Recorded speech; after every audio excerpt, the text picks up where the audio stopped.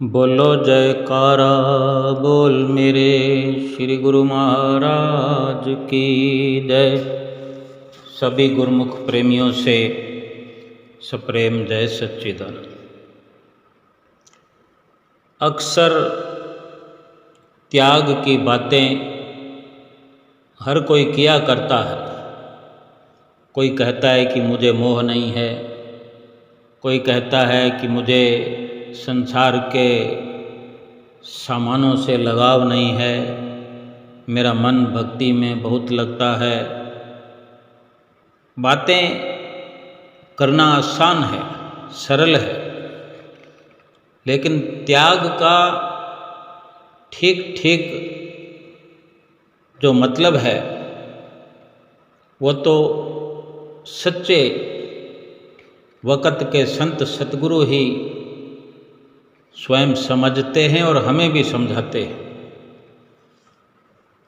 हमारे श्री परम हंस अद्वैत मत के जो रचनाकार पार ब्रह्म परमेश्वर श्री परमहंस दयाल महाराज जी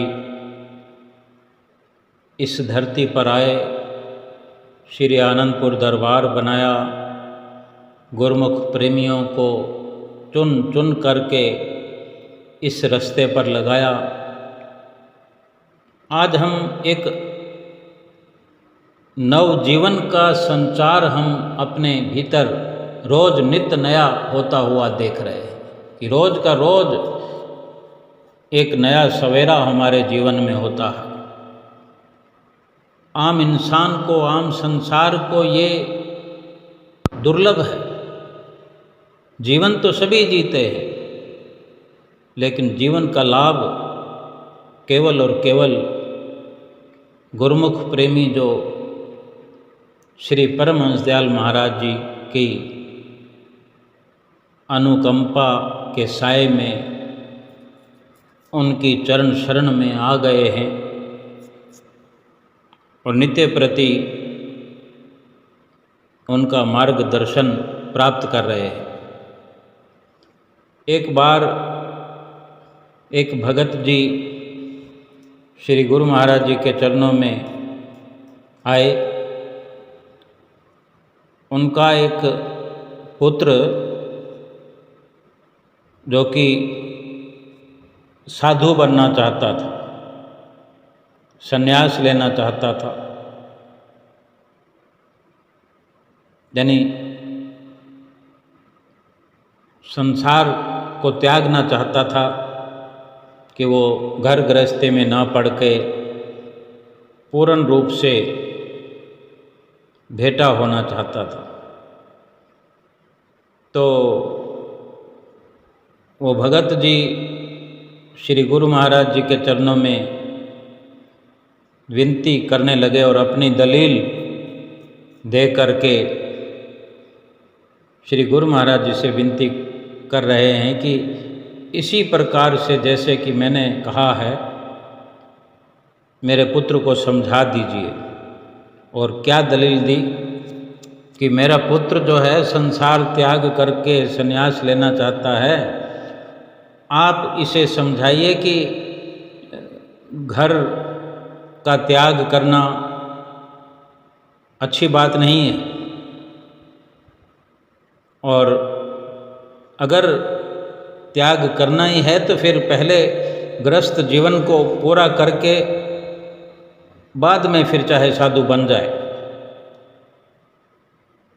क्योंकि शरीर व इंद्रियों की प्रबलता निर्बल हो जाए, कमज़ोर हो जाए, शांत हो जाए और काम की चेष्टा शांत हो जाए, तभी संसार का त्याग करना ठीक है। उस समय त्याग करना ऐसा नहीं लगेगा कि कोई स्वांग कर रहा है या कोई दिखावा कर रहा है। उस वक़्त ही त्याग करना ठीक रहेगा, ना कोई स्वांग होगा, ना कोई धोखा होगा। मन बड़ी आसानी से संन्यास ग्रहण कर लेगा साधु बनने में, तब मन स्वयं स्वीकार करेगा, क्योंकि उस समय मन विषय भोगों से तृप्त होकर निश्चिंत हो जाता है। फिर उस वक़्त अगर साधु बन भी जाए तो फिर मन लौटकर गृहस्थ में आने का प्रयास भी नहीं करेगा। इस प्रकार से भगत जी ने अपनी बुद्धि से कई प्रकार की दलीलें इस बारे में श्री गुरु महाराज जी को विनती करते हुए कहा कि आप मेरे पुत्र को यही बात समझा दीजिए।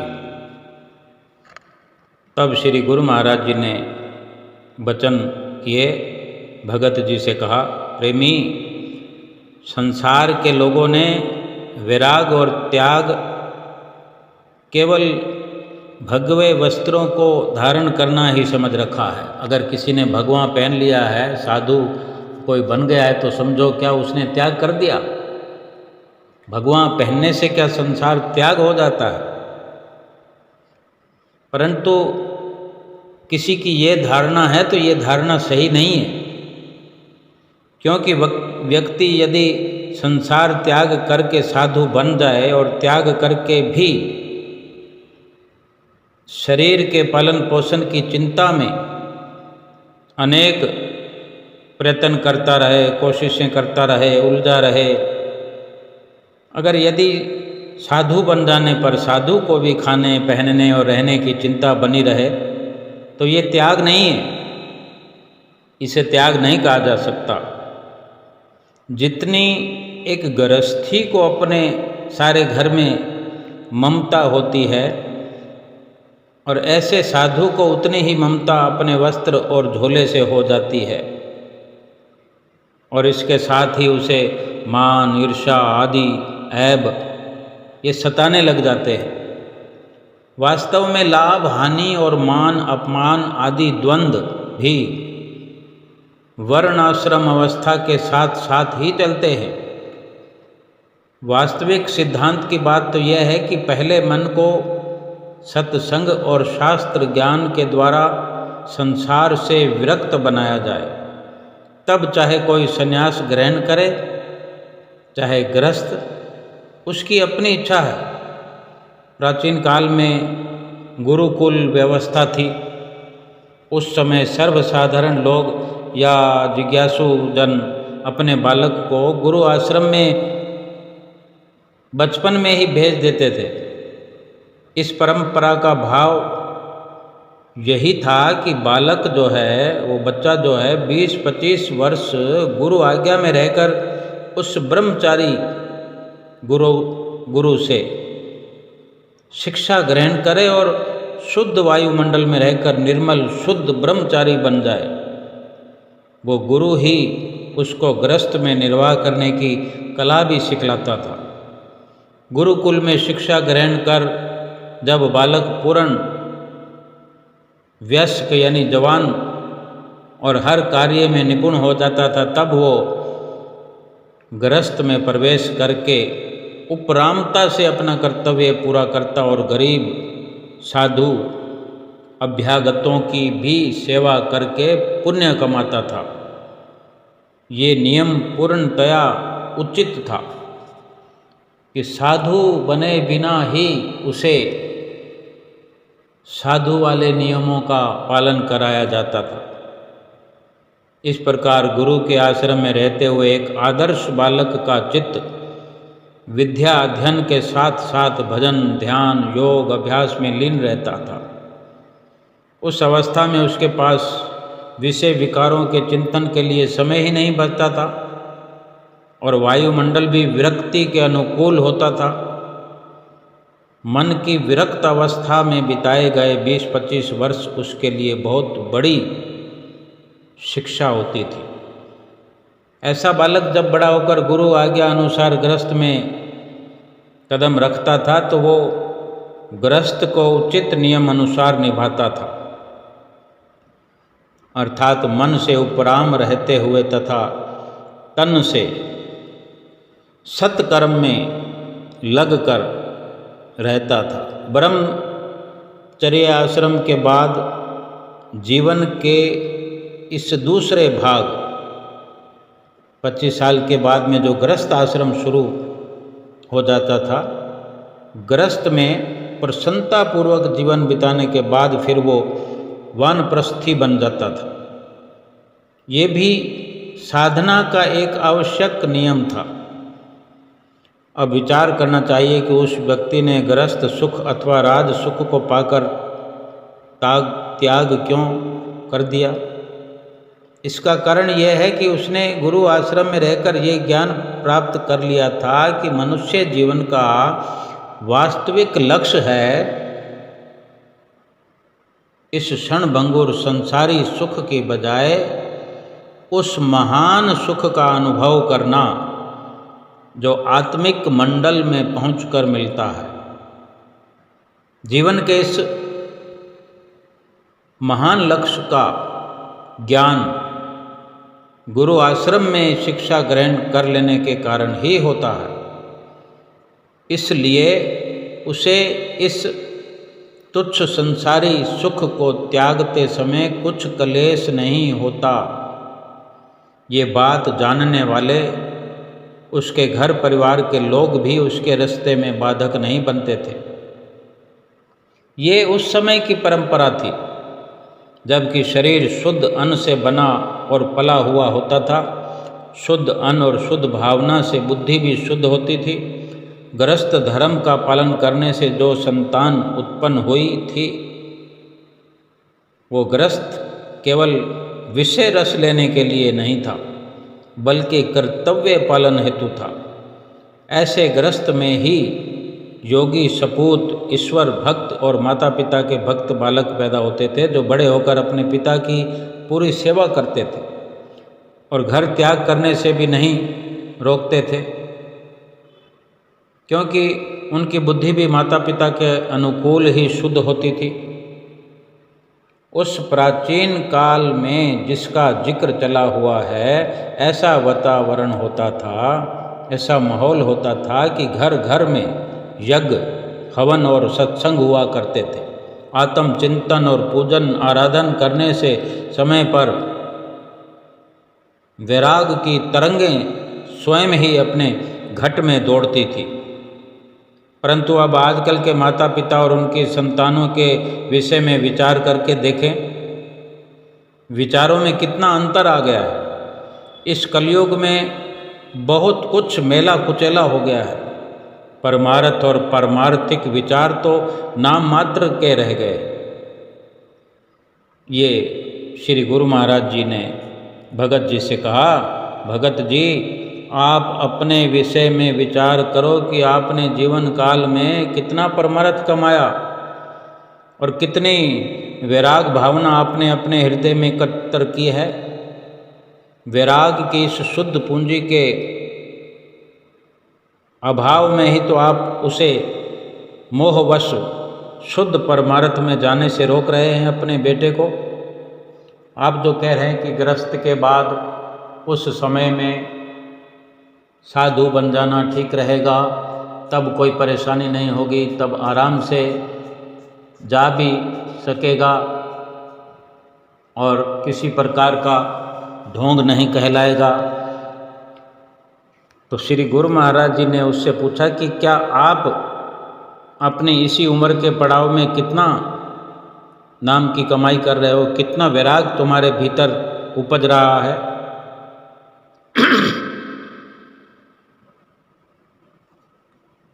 अगर वैराग आज तुम्हारे भीतर होता तो आप कैसे अपने बेटे को रोक सकते थे। मोह आपके भीतर ना होता तो क्यों रोकते। अभी तक आपके अंदर कोई वैराग नहीं, मोह के वश ही आप सही रास्ते पर जाने के लिए अपने पुत्र को रोक रहे हैं। जिसके मन में संसार त्याग के लिए वैराग और तरंगे उठ रही हों, समझना चाहिए कि वो आत्मोन्नति की ओर बहुत आगे बढ़ना चाहता है। सोचिए कि आपको वृद्ध अवस्था में भी सांसारिक वासनाओं ने कितना अपने जाल में फंसा रखा है। ये तो बताओ कि आप बूढ़े हो गए हैं फिर भी परमार्थ हेतु त्याग करने के नहीं सोच रहे। अभी आपने ही कहा कि वृद्ध अवस्था में वैराग धारण करना चाहिए, तो आप क्यों नहीं वैराग धारण करते? क्यों नहीं विरक्त होकर जीवन का एक आदर्श स्थापित करते? करो फिर। तब श्री गुरु महाराज जी के ये वचन सुनकर वो भगत जी बोले, महाराज जी मेरे लिए तो बहुत मुश्किल है, मैं तो अभी बहुत संसारिक उलझनों में फंसा हुआ हूँ। उलझनें ऐसी हैं और इतनी हैं जिनका अंत ही नहीं हो रहा। फिर श्री गुरु महाराज जी ने वचन किए, फिर जब तन मन की बची खुची ताकत भी लुट जाएगी तब त्याग करोगे, तब भक्ति करोगे या फिर मर कर करोगे? तो फिर वो भगत जी बोले कि महाराज जी क्या त्याग करना बहुत ज़रूरी है? मुझसे तो नहीं हो सकेगा। तब उसकी बात सुनकर श्री गुरु महाराज जी खूब हंसे और फिर बोले, भैया इस जीवन को सफल बनाना है तो त्याग तो बहुत ज़रूरी है। त्याग से ही सुख मिलता है। जो मन में त्याग रख कर ग्रस्त करते हैं वे प्रत्यक्ष रूप से भी त्याग कर सकते हैं। वे जिस समय चाहें त्याग कर सकते हैं। और फिर ये जो वक्त है ये कलयुग है, इसमें तो अल्पकालिक जीवन का भी विश्वास नहीं जरा भी। पुराने जमाने में तो दीर्घ आयु लंबी आयु होती थी, इसलिए वे प्रसन्नता से जीवन के 4 भाग बना लेते थे, स्वीकार कर लेते। पहला भाग ब्रह्मचर्या, दूसरा गृहस्थ और तीसरा वानप्रस्थ, चौथा संन्यास। परंतु ये कलयुग है, ये सब नियम अब नहीं चलते। कर्म धर्म के पतन से अधिकतर जीवों के परमार्थ का पतन हो चुका है। आत्मिक उन्नति चाहने वालों में वैराग की भावना बचपन से ही आवश्यक है। अगर किसी में बचपन से वैराग हो तो समझो कि वो इस जीवन में पहले से ही त्याग तैयार होकर आया है। त्याग के भाव को सर्वोपरि रखने वाला एक बालक जो भगवान के प्रेम से जुड़ना चाहता है, जो संसार का त्याग करना चाहता है, उसका स्वागत होना चाहिए। कितना सुंदर हमें महापुरुष संदेश दिया करते हैं, कितना इस भगत जी और श्री गुरु महाराज जी के आपसी जो बोलचाल में सवाल जवाब में हम अगर समझने की कोशिश करें तो जीवन का सार समझा दिया है बड़े सरल शब्दों में कि एक इंसान बचपन से ये तर्क देता है कि अभी कोई वक्त है ये संसार के त्याग करने का, अपने भीतर वैराग पैदा करने का। यानी सीधा सीधा कहता है कि ये कोई वक्त है भगवान का नाम लेने का, भक्ति करने का। गृहस्थ जीवन होना चाहिए, वानप्रस्थ होना चाहिए, फिर संन्यास होना चाहिए। संन्यास जितनी उम्र भी हमारी नहीं बचेगी तो फिर कब संन्यास धारण करेंगे। और खुद जो है उस वक़्त में ऐसी दलील अपने बेटे के लिए और अपनी जो उसकी खुद की उम्र संन्यास के काबिल हो चुकी है, अपने उम्र के ऐसे पड़ाव पर भी वो यही दलील दे रहा है कि मुझे तो अभी तक फुर्सत ही नहीं है, मैं तो इतना फंसा हुआ हूँ, इतनी बुरी हालत है मेरी, इतना उलझा हुआ हूँ कि इतनी उलझनें हैं कि जिनका अंत भी नहीं है। तो हम विचार करें कि बुढ़ापे में भी अगर हम इतने फंसे हुए हैं तो कभी ना कभी तो हम कहा करते थे कि जब बुढ़ापा आएगा तभी भजन सुमरन भक्ति करके जीवन का लक्ष्य हासिल कर लिया जाएगा। हो सकता है आज हम भी उसी पड़ाव में हैं, 50, 60, 70 साल की उम्र हो गई तो ये तो अंतिम पड़ाव ही है। अगर कोई 50, 60, 70 साल की उम्र में तो फिर 100 साल होने की उम्मीद में कोई बैठा रहेगा तब भजन करेगा। 70, 75 साल की उम्र में क्या शुरुआत हो जाएगी? या आज हम कहीं बैठे हुए हैं हाथ पर हाथ रख कर, तो क्या हम कुछ कर पाएंगे? विचार करना है, समझना है कि किस प्रकार से समय हाथों से पानी के बहाव की तरह जा रहा है, दौड़ता जा रहा है। क्या समय को वापस पलट कर ला सकेंगे? क्या ये इंतज़ार कर रहे हैं कि जब सब कुछ खत्म हो जाएगा, अंतिम श्वास आएगा, तब पता लग जाएगा कि अब समय नहीं है, तब फिर से समय की हमारे लिए रियायत हो जाएगी, 5-10 साल उम्र और बढ़ जाएगी, श्वास और मिल जाएंगे? कभी किसी के साथ ये रियायत नहीं हुई, क्योंकि ये पूरा जीवन ही हमें रियायत में मिला हुआ है, पूरा जीवन ही ये हमें भक्ति के लिए मिला हुआ है। हम अपने आप को हर पल जांचते चले, परखते चले कि क्या हम कहते हैं, क्या करते हैं। वैराग अपने भीतर से पैदा करना पड़ता है, और किसी के भीतर में वैराग पैदा हो रहा है, अपने आप हो रहा है, ये उसके प्रारब्ध कर्मों का एक तोहफा है जो कभी उसने प्रयास किया होगा, किसी कारणवश अधूरापन होने की वजह से फिर से इस जन्म में उसे बहुत जल्दी अवसर मिला। ऐसे वैरागवान पुरुषों को देख करके हमें अपने जीवन में क्रांति लाने की ज़रूरत है कि कोई हमारी आँखों के सामने 20 साल का, 25 साल का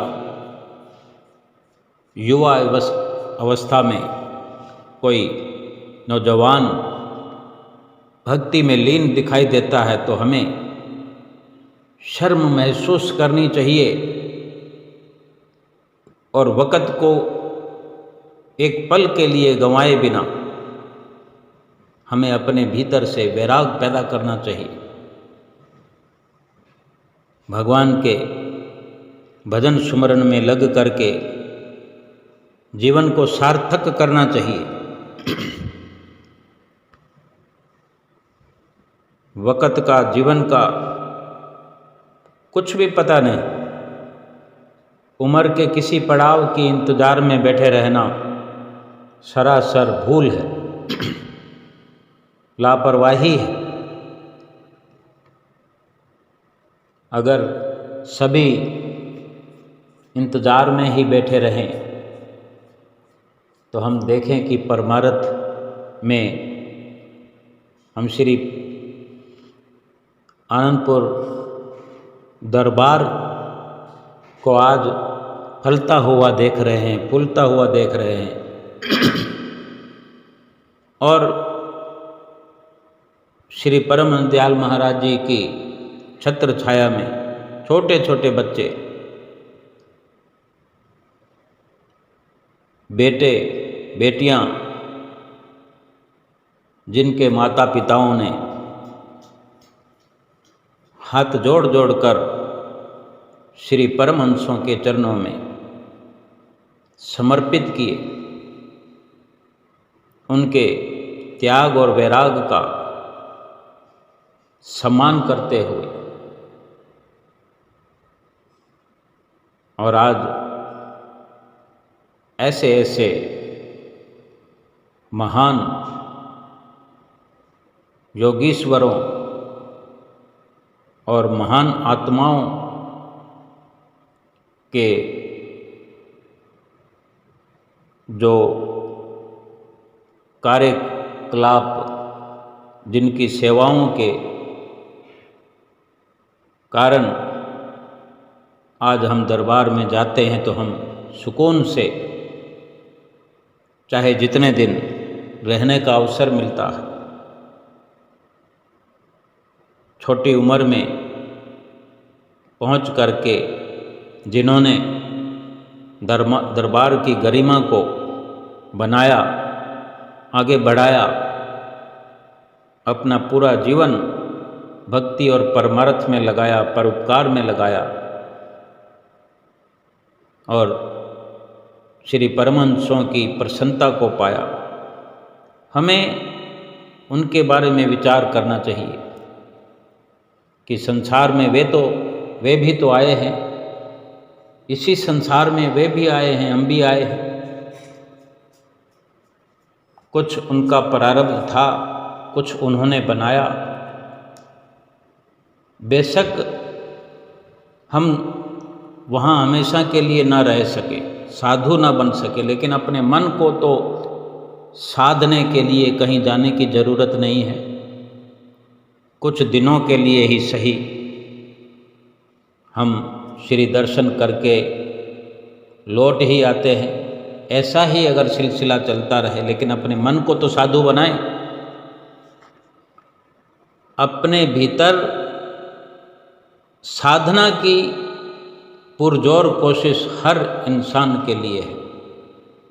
अपने मन को साधु बनाने के लिए, अपने भीतर वैराग धारण करने के लिए पुरजोर कोशिश हर एक के लिए आवश्यक है। केवल श्री दर्शन करने से, सत्संग को सुनने से, आने से, जाने से असल लाभ को हम नहीं पहुंच सकते जब तक अपने आप को भक्ति के सांचे में नहीं ढालेंगे। संसार से उपरामता तो जरूरी है, संसार से अपने मन को उपराम करना, अपने मन को साधते हुए, साध कर सतगुरु के बख्शे हुए नाम की ओर एकाग्र करना, सेवा के अंदर हिस्सा लेना, समय समय पर टाइम बढ़ाते हुए सेवा के लिए समय बढ़ाएं, अधिक दिनों तक रहने का प्रयास करें, सेवा को मुख्य अंग बनाएं, जहाँ भी रहें। पूर्ण तौर पर 5 नियमों की पालना करें। दोनों समय की श्री आरती पूजा नित्य प्रति करें। सेवा को मुख्य अंग बनाएं। सत्संग का भाव समझते हुए सत्संग को अपना मुख्य अंग बनाएं और दर्शन करके दर्शन को अपने भीतर, दर्शन ध्यान अपने भीतर मस्तक पर लगाते हुए सुमरन भजन अभ्यास करें। नित्य 2 घंटे भजन अभ्यास की ऐसी मुहिम अपने अंदर चलाएं कि नित्य निरंतर इसमें किसी प्रकार की कमी ना आने पाए और सतगुरु की पूर्ण रूपेण प्रसन्नता मिलती रहे। क्या इसमें अगर संसार से थोड़ी थोड़ी उपरामता बढ़ाते बढ़ाते बढ़ाते एक पड़ाव ऐसा आ जाए हमारे जीवन में कि पूर्ण तौर से संसार से उपरामता हो जाए, तो क्या घट जाएगा, क्या नुकसान हो जाएगा हमारा। सभी कुछ संसार का भोगते हुए भी क्या भजन सुमरन करने में कोई आपत्ति हो सकती है भला? तो उन्होंने कैसे किया होगा जिन्होंने अपना सब कुछ, माता पिता को, भाई बहनों को त्याग करके, संसार को त्याग करके पूर्ण रूप से श्री परमहंसों की शरणागति प्राप्त करके रात और दिन सेवा में लगा दिया। आज वो पूजनीय हैं। हम घर में रहकर भी अगर उन नियमों को पूरा करते रहें, सतगुरु की प्रसन्नता प्राप्त होती रहे, केवल अपने मन को साधु बना दें, हमारा लोक परलोक संवर जाएगा। बोलो जयकारा, बोल मेरे श्री गुरु महाराज की जय।